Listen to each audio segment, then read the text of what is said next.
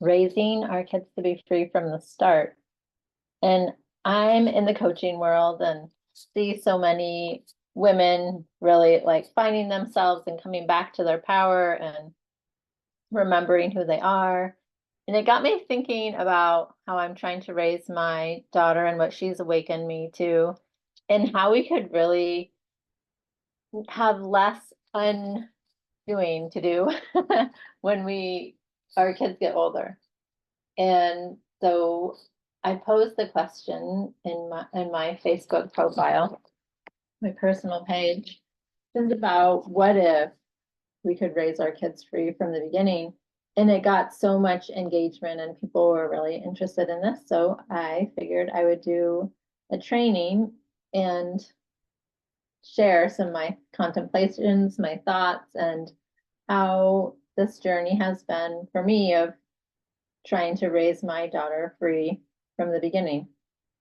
And so just that she doesn't have to wear masks or pretend or shrink herself or like perform for love, that she can really be authentic and have belonging and do that. So there's lots of pieces to this conversation, and I'm just gonna roll through them, and happy if you have any questions or comments to reach out to me either in Facebook or on this channel here. And I'd love to just continue this conversation and have some engagement. So I had some people, moms, reach out and with some questions, and the idea that when you don't know what to do with your child came up. And I think this is important to address because a big part of freedom to me is knowing yourself, trusting yourself, loving yourself. That will set you free from thinking like the answers are out there, other people know better than you, other people are doing better than you. Anytime you can come back to the truth of who you are and a full acceptance of all the pieces, right? The complicated humaning that we're doing, and having self-compassion and compassion for our children and seeing them as a whole person. So that's where we're starting from. And I had an interview with Julia on a podcast the other day, which I can post a link to that below here. But she was saying how when she was younger, she was called stubborn. She's a strong-willed woman, child. And when she was a teenager, her dad was really strict with her, and it didn't help, it didn't stop her from going out, sneaking out, doing the things that he was like being really strict about, but it did damage her relationship. And it got me thinking about how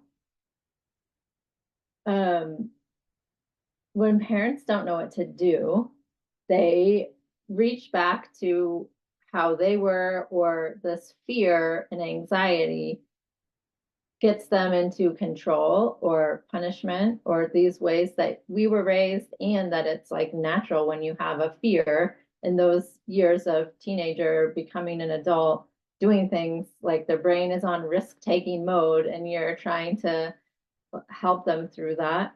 And so just being able to have compassion and understanding for where they are, where you are, and hopefully that you've built your relationship from the beginning. But I know a lot of people come to me and they have grown kids, or it's past the time where you can establish the relationship. So the relationship is going to start with you, your relationship to yourself. Like I was saying about freedom, a big piece of that is self-trust.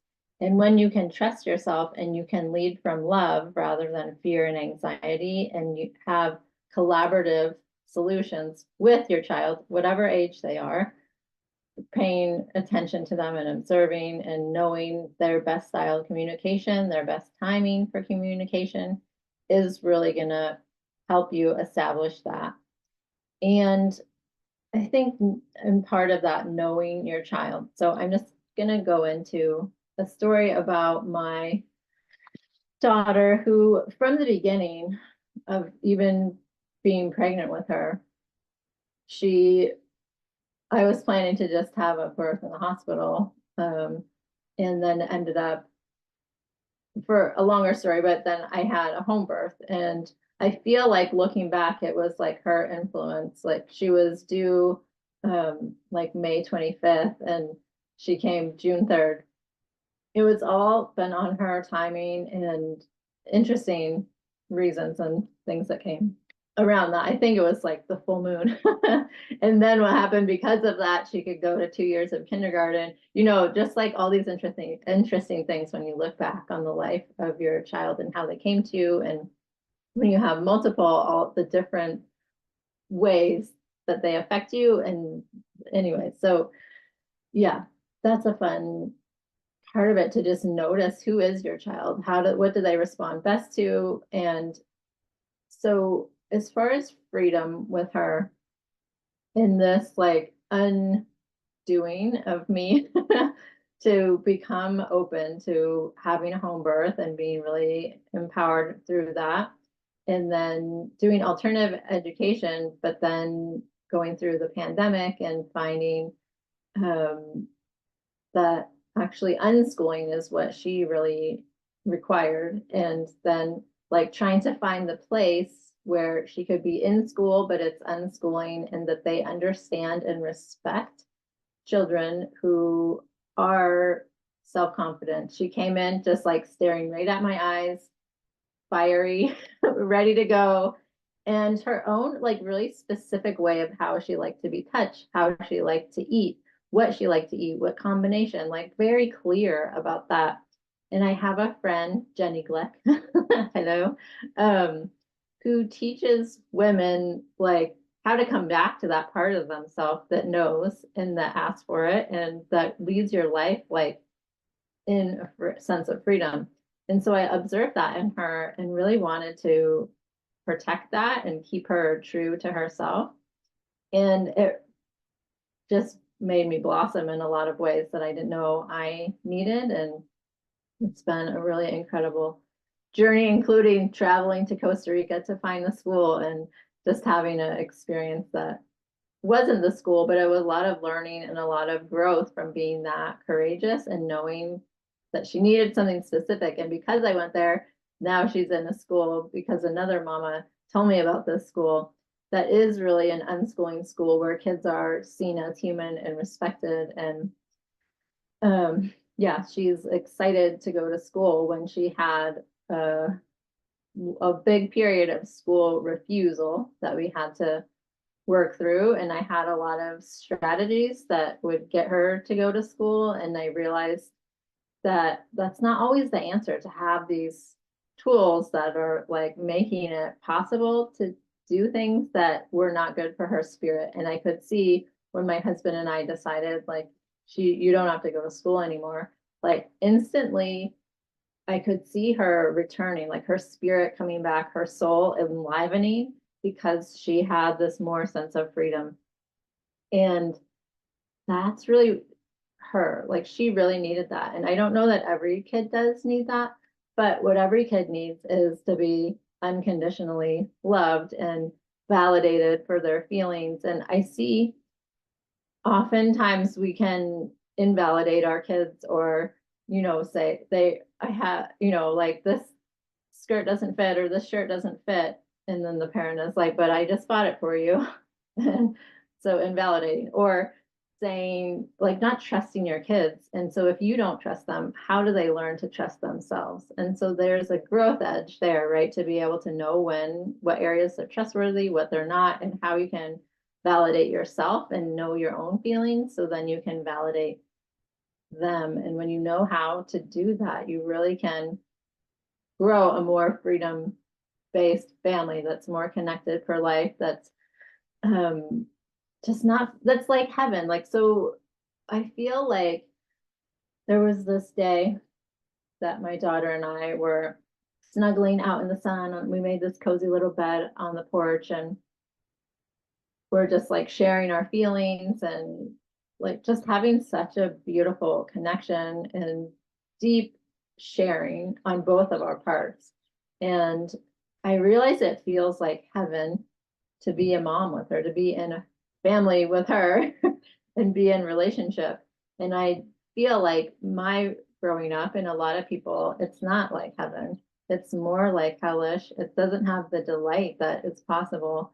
And part of it, a big part of it, is that when we as parents are in fear, so we have anxiety, we're overbearing, we're controlling because of our fear, because we love our children so much and we want the best for them and we want to protect them. It can prevent us from really connecting. It can prevent us from creating the life that we really want for ourselves, to have a delightful family experience, and for our kids to have that experience now and in the future, that you're still connected. They want to come back home. You want to be together, and it feels really good and supportive. And I just love that word delightful. There's like a delight possible, heaven, like experiencing heaven together here on earth, and figuring out how you do that. Right? It's like a big question. And you have to just see, like, what is the anxiety about? Where are you not trusting yourselves, or giving your power away, or blaming other people? Where do you have the clutter in your life that's either physical or emotional? And how do you clear that? What's the best way to clear that? So in the moments that you can show up for your kids and lead them through what they need. And so I know there's a lot of families dealing with school refusal, or what are all the things that we deal with? It's a lot to navigate through, and be conscious and intentional and do things different than the blueprint that was just what our parents did and their parents before them. And with the idea that now there's so much more screens and technology, and so much more that we have to navigate around and figure out the rules for. Like, I didn't grow up with having like screen time being a problem, but now with my daughter, it is like, how do we manage this? That's actually a good example of freedom, and what freedom looks like in my house. Let me take a sip of tea. So screen time has been like a question. We were in Waldorf. The preschool was like, you're not allowed to do any screen time whatsoever. And we didn't really in the first years of her life, but then it like creeped in more and more, until then we were like the pandemic, right? That's like, I think a lot of shifting to like being online for school, being on, like, what do you do? Just like watch, what were we watching? Greatest Chef or whatever, Bake Off, Great British Bake Off. That was like what we were doing, and then baking. And anyway, so there was a shift around it, and it came more into our lives. And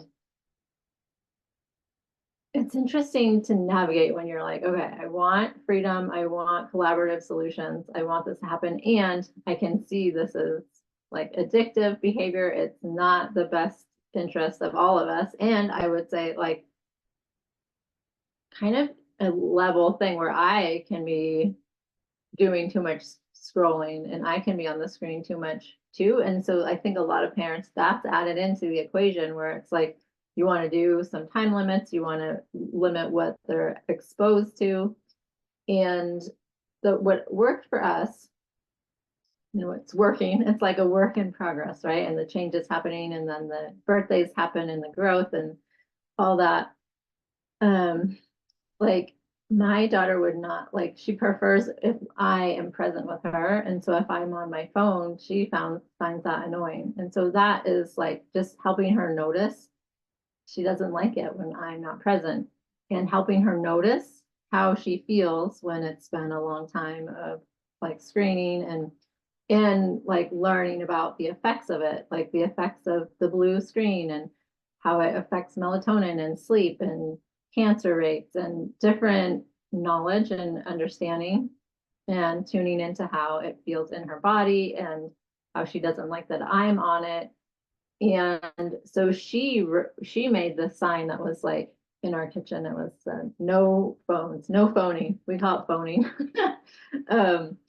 And so she was like, took a leadership when there was like freedom and discussion, and not too much limit setting, but because I wanted to have like when you're outside, when you're with your friends, when you're doing fun things, like you're not thinking about the screen. It's when you're inside and you're bored and you're avoiding your feelings or avoiding each other, then you have the screen. And I wanted to not like take screen time away, but I wanted to provide more fun things. And so that was part of my big journey to around the world to find the best unschooling school self-directed program for her so that now it's like she's excited to go to school. She's like, I want to go. You can choose. So this is freedom. Choose how many days a week, what time you get there. Like everything is a choice. And this is super important for her in particular that it's not dictated. It's not her freedom taken away of like, you have to go 5 days a week. You have to go from 8 to 3 or whatever the thing is. There's freedom in that. And so she really likes it. There's tons of art activities. There's tons of things that she likes. It's a beautiful campus. There's like friends and people and the leadership is really warm and well, not all of them, but they see a human being and they're not offended by a child who is like knows what she wants and just expresses it.